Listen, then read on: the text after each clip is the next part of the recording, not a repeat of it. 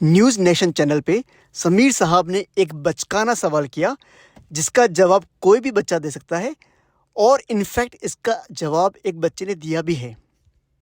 अगर समीर साहब ने यह जवाब पहले सुन लिया होता इस बच्चे के मुंह से तो भी ये न्यूज़ नेशन पे सवाल रखते हैं, क्योंकि इसके 3 कारण हैं।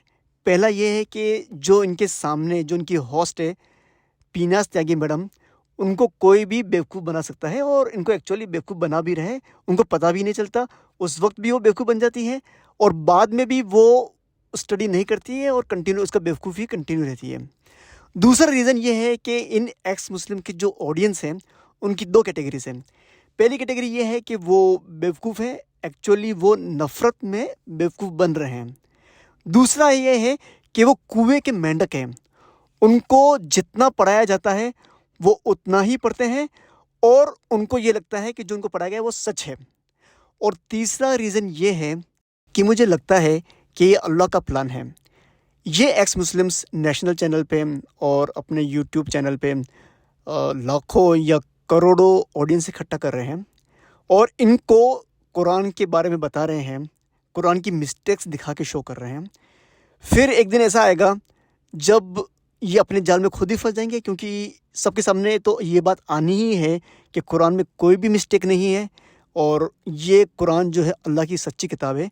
तो ये जो इकट्ठा कर रहे हैं पूरे हिंदुस्तान के लोगों को, तो ये एक साथ सबको समझ में आएगा इंशाल्लाह। तो जो लोग सच की तलाश में होंगे और जो फासिक नहीं होंगे वो इस्लाम कबूल कर लेंगे इंशाल्लाह। तो अब हम सुनते हैं समीर साहब का न्यूज़ नेशन चैनल पर बचकाना सा सवाल।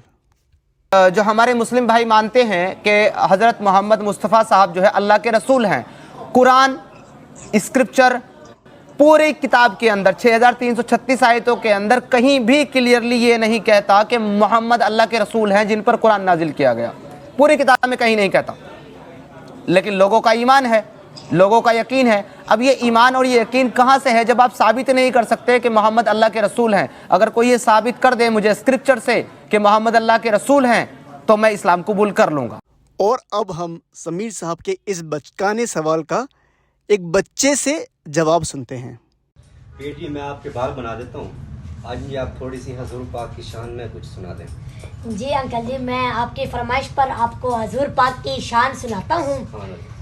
और अंकल जी पूरा कुरान मजीद प्यारे आका करीम की शान में है। मैंने कुरान से पूछा आका का सीना अतहर बता, कुरान कहता है अलम नशरह लक सदरक।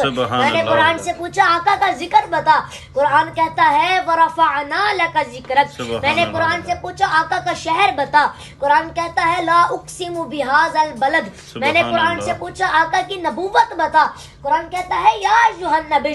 मैंने कुरान से पूछा आका की रिसालत बता, कुरान कहता है या अय्युहर रसूल। मैंने कुरान से पूछा आका की कमली बता, कुरान कहता है या अय्युहल मुज़म्मिल। मैंने कुरान से पूछा आका की चादर बता, कुरान कहता है या अय्युहल मुद्दस्सिर। मैंने कुरान से पूछा आका की खत्म नबूवत बता, कुरान कहता है मा काना मुहम्मदुन अबा अहदिम मिर रिजालिकुम वलाकिन रसूलुल्लाहि व खातमन नबिय्यीन। मैंने कुरान से पूछा आका की परवाज़ बता, कुरान कहता है काबा कौसैनी औ अदना। मैंने कुरान से पूछा आका की मेराज बता, कुरान कहता है सुब्हानल्लज़ी अस्रा बिअब्दिही लैलन मिनल मस्जिदिल हरामी इलल मस्जिदिल अक़सा।